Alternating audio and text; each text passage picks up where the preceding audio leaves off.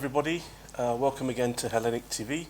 I'm James Neophytou, and I'm here again with Alexios Gennaris. Welcome to Table for Two. We have a name for our programme now, Alex. We do, yes, Table for Two. And the reason being? I don't know why. Well, the reason being is, obviously, you had to ask you to choose a name. You had a list of 10. The one that stuck out the most was Table for Two, because we're usually in a restaurant somewhere eating yemeze, gleftigo, what have you. Quite often in Clissold Arms, hence the background, the new background. So yeah, Table for Two. I wanted Greek Enders, but we'll save that for our sequel. For our reality program. Good. Yeah. Excellent. Thank you. So, what we'll do today, we'll have our usual Sierra Leone update. Lots to talk about there. We'll talk about the community events. But in between, I wanted to cover a couple of things. One was some critics and your critics about your venture. And secondly, football. There's been some news recently in community football with New Salamis and St Panteleimon. So it's worth going into that because that's been a big part of our community for many years. So, good. Let's kick off with what's the latest on Sierra Leone, your plans. You're going in June. Yeah. But before then, there's been a lot of activities. Yeah. There's a correction to last month's show. Rather than 4th of June, we're leaving on the 11th of June. The ticket price was going up and up and up and up, and in the end, they were £500 more expensive than initially. So 11th of June is the date we're leaving. 26th, we're returning back to England. Now, whilst there, I'm planning this year is a barbecue. And we've had this enormous fourgon donated by Archway Sheet Metalworks, who are actually in New Southgate rather than Archway. It's a massive fourgon. It has 15 skewers, the smaller ones, 3 of the large ones. They're preparing a metal mesh so we can do burgers and what have you. So we're going to have, I'm planning on 2 barbecues. One for the Zinc House kids, and I'm hoping to do one for the teachers and the students at the teaching college in Tower Hill, because they've earned it. They deserve this as well. So that's the first bit of news. Now we're having. Where are you going to get the meat from? The meat, I've actually already sourced the meat in Sierra Leone. There's local market. There's local markets. Okay. Well, we're going fishing hopefully. Actually, that's an idea. There's obviously, because Freetown is on the sea, so there's an abundance of fish. The giant prawns are already available there, so that'd be quite interesting. An octopus would be nice as well. Good. And it'll be we won't be fasting then either, so we can eat anything and everything. Yeah, good. Now, on May the 11th, we're planning a coffee, tea and cake event at the Clissold Arms. They've supported us right from the start when I first mentioned to Giriago what I do in Sierra Leone, so he's always been there. Now, the event will be 1 p.m. to 4 p.m. They'll be supplying the teas and coffees and also the venue at Clissold Arms. We're having cakes donated by Andana Foods. Now they bring cakes over from Spain. Usually Dolce Sol is the main company. They bring the cakes over. And there's also Raphael's Bakery and Patisserie. So there'll be a selection of cakes. So they'll be donating all of that to help the cause.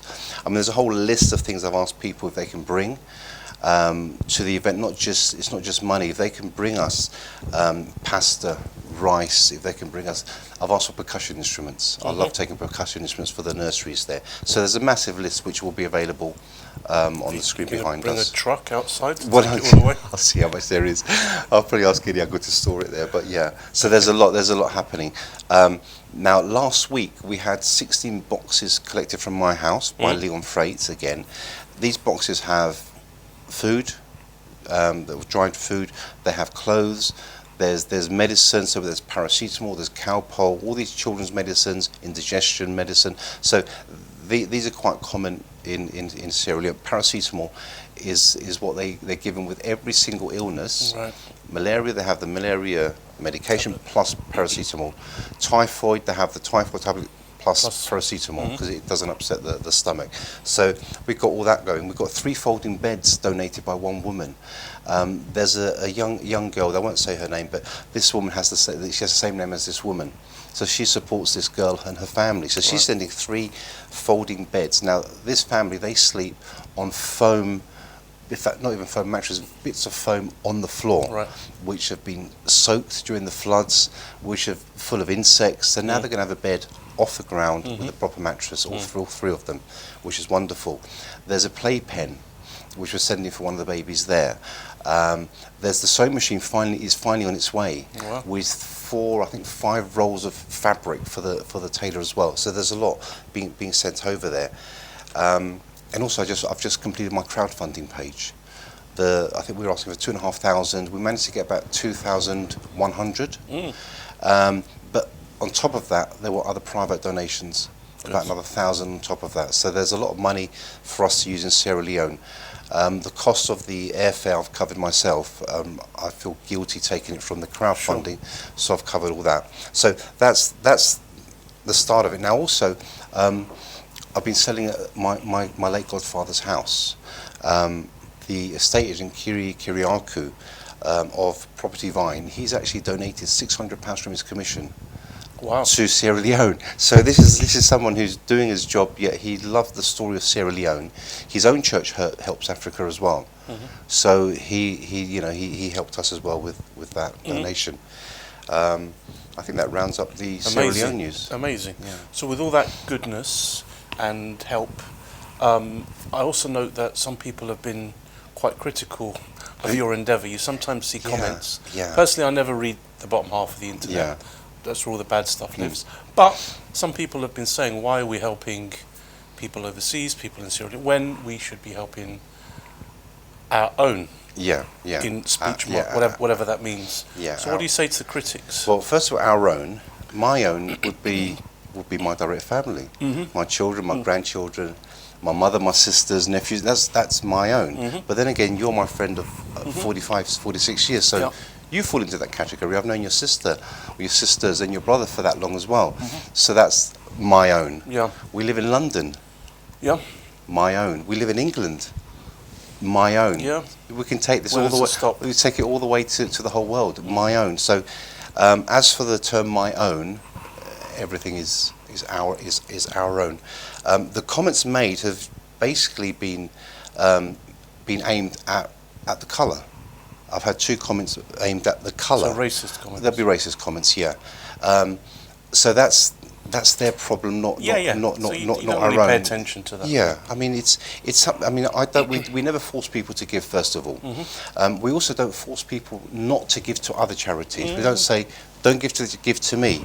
As an example, I mentioned to you earlier on, there were 22 packets of nappies which were available at my work for the staff to buy, and I asked, can I buy them all? And they said, well, we promised them to the cleaner who wants to send them to Malawi, but you can have half and half each, so 11 each. So I bought my 11, and then I thought, well, I was going to buy the whole 22. I'll buy them all anyway, and then donate half to Malawi. So the charity isn't just here; it can be expanded. We have people that help that actually thank me. They'll give me something. I say thank you, and I say no. Thank you, because you're allowing us to help people. So there's that feeling of satisfaction. We can't tell anyone not to give to other charities, like I said. Some people give out of pity, some give out of love, some people give out of guilt. I had one man donated some money because one of his relatives passed away, his mother, and he gave me some money because this is in my mother's memory. So through his grief and that sadness, he's trying to give some happiness elsewhere. Well, giving is always better than receiving. It does feel good to give. It does, James. And also, I mean, if people actually listen in church and actually listen to the stories of the Bible, of the New Testament, go for it, Christ talks all the time about this, right? He said, "The poor you will always have with you." There's a quote from Christ.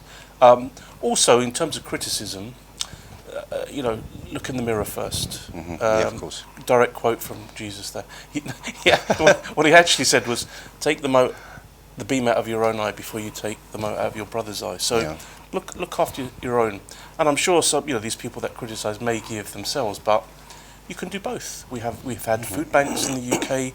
We've helped local communities. most of the church committees are there for philanthropic purposes. You know, they visit the sick in hospital, they help those in need. A lot of people give to Alcioni. You know, there's people coming over that need help.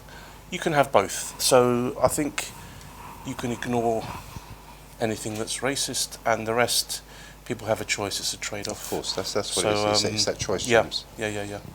But it's a minority. Yeah, I don't think it's the common thing. Well, there's been, I mean, the past few years, only 4 comments out of all the thousands who have supported and helped us. Yeah. I mean, the example I gave you earlier on as well was with the cup of coffee. Some people go down the guilt route and say, instead of buying that cup of coffee, give that money to Africa and save a life.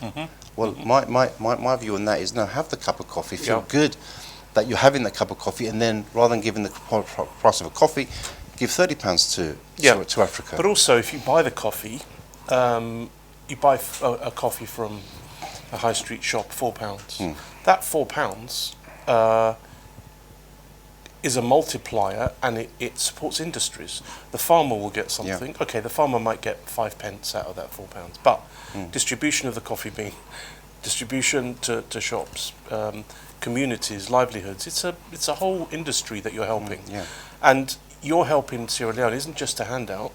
Talk about trade and coffee, the sewing machines that you're sending, the energy, the solar panels. It's about building their ability to trade and work. So we're helping them to help themselves. Yeah, or you are helping them. Well, we all are, James. We all are. Yeah. Good. So that's Sierra Leone. Covered the critics. Now, let's move on to community. But before we talk more widely about the community, let's talk about football. We both love football. Community loves football. Every time I come to Hellenic TV, there's always football on the screen. Some announcements this week. Last week, New Salamis have decided that after this season, so they'll continue playing this season, but the senior team will stop next season, but they're going to continue with the youth teams and other teams. How long have they been around for? They've been around since 1971, right? So they're a 53-year-old club in the UK. Also, a few days later, St Panteleimon Football Club also announced that they're ceasing operations immediately. So it's probably worth paying tribute to both those clubs. Most definitely. They've been around a long time. St Panteleimon have only been around 9 years, but their star shone very brightly. They made a big impact. They started in Goba, they moved into the English system. They were the first Greek team to move into the English pyramid. Nea Salamina followed them the following year, and for the last few years they've done really well. How long were they unbeaten for? I remember there were 2 seasons where they were unbeaten. They won the leagues. But I wanted to bring it up because our community is changing, and it's very difficult to run football teams. I think the reasons given were finances. It's quite expensive to run an amateur football team. Very. They were struggling with sponsors and sponsorship. Fans, it's very difficult to get fans to go now. And also not having a home ground. Both these teams have shared grounds with other clubs. There was talks of mergers and things that didn't quite happen. But also I think our community is changing. There's so many different things that young people... Most definitely, When you went to Goba games years ago, you used to play football. I used to play the Sunday League it was the North London League. It wasn't the Goba League. North London and South Hearts League, I think it was called. So we were, I think, only one of 2 Greek Cypriot teams in that league. Now, our pitch in those days, which shocked George from St Panteleimon, was £100 a year. That was the rental on our football pitch, £100 a year. Our football kit for everyone, another £100. 1 year's fines, £30, and we had to argue about the £30 that we're paying. For the year? For the year, not per... Well, you're just talking about one match now. I know. One yellow card is £10. Yeah, I know. It's so. And also in those days, I remember if a player was kicked, was on the ground, someone would come running with a bucket of cold water and a sponge. They'll be lying on their back and just bang on their tummy. They get up and they're running. Now you need probably some sort of certificate. No, you need at least 3 first aiders. You need an FA bridge. I've been on the course. You need an FA bridging course as well. They take it very seriously. And all this is money. Yeah, It drains the resources. But I think the biggest thing is the football pitch nowadays. That must be the massive expense. Yeah, and I think not having a home ground, not having a community, it's been a challenge. Yeah. So we pay tribute to both of those teams. They did, incredibly well. And but that's not to take away from the teams that are still playing. Goba still exists. They have a league. There are teams that are playing. So it's still part of the community. It's just maybe not what it was 50 years ago. Well, I remember when my brother-in-law, Steyu, first came to England, he was 24 years old then. And as soon as he came from Greece to England, he went straight to Omonia FC and he played for Omonia. They had their clubhouse, which was in Hornsey. So immediately he was playing football and the crowds there were massive. There was a guy selling gubes. I remember the gubba man. But nowadays you probably won't sell anything and will know what a gubba is. But yeah, there's very, very few people going to the matches. But with St Panteleimon, I remember George Francescu, his wife was there, his daughter. She brought her twins. Then there was the captain, Roberto, his wife was there, his father-in-law was there. We were there. Family people from St Panteleimon Church, we were all there. And we felt that community spirit. But sadly our lives went in different directions. We had other commitments and then it all had to stop. I think that's the root of it. People felt community connection. And let's think about now Salamina when they started in 71 and these other clubs that came in the mid-70s. Let's take 1974 in Cyprus. A lot of Cypriots came to the UK. Two things that bound them together, the church and football.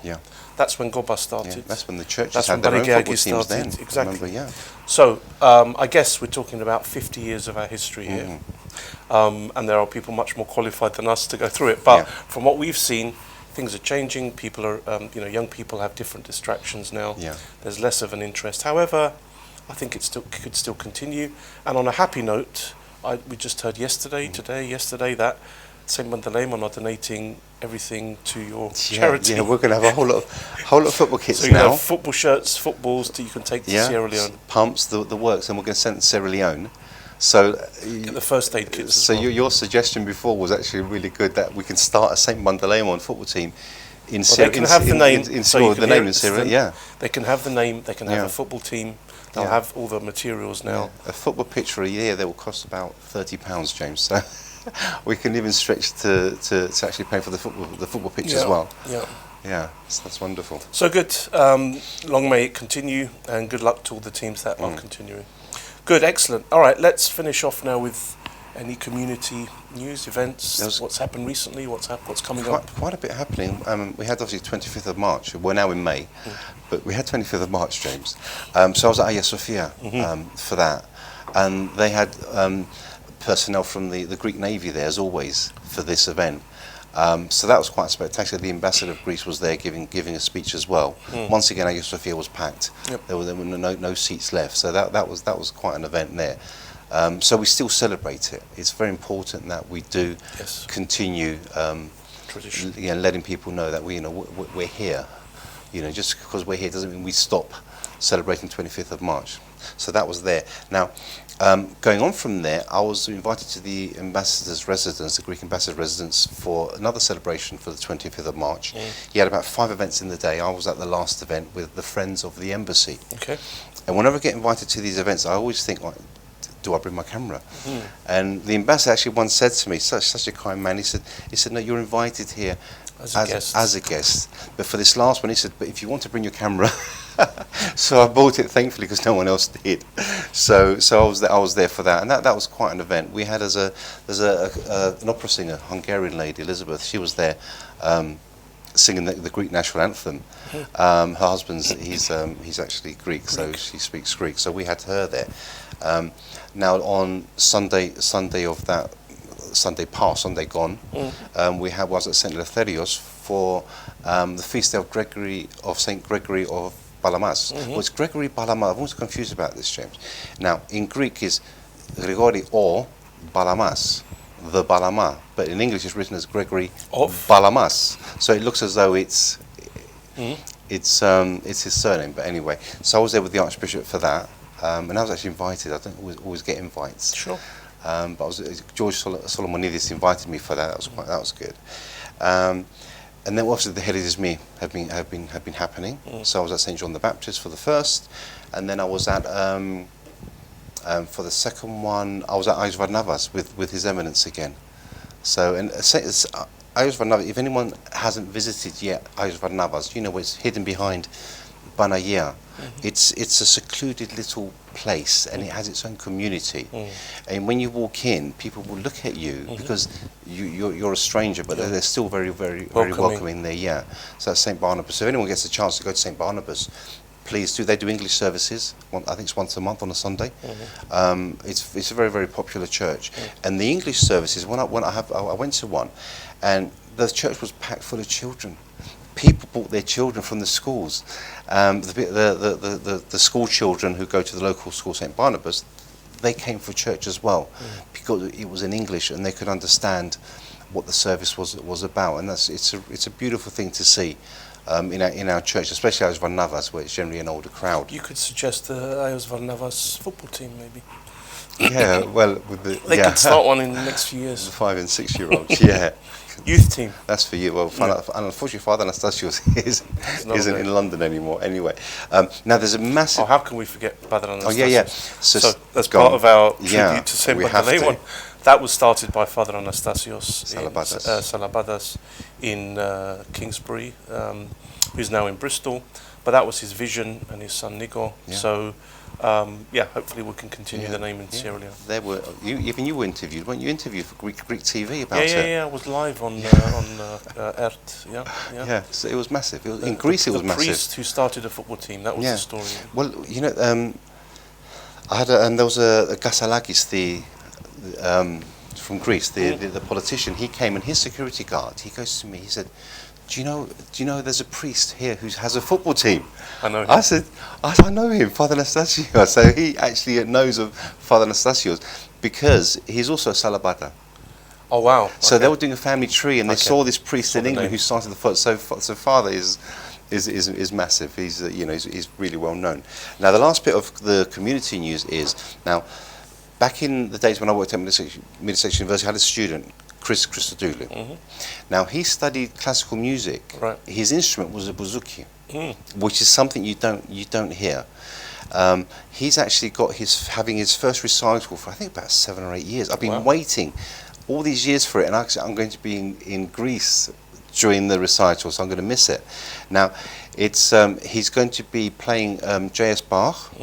Some Greek tunes and some new tunes as well. When is this? That's going to be on the 18th of May. Wow. I've got it written so that the 1901 Arts Club in Southeast One. It'll be popping up behind us now, Jeff. Everything's prepared, honestly.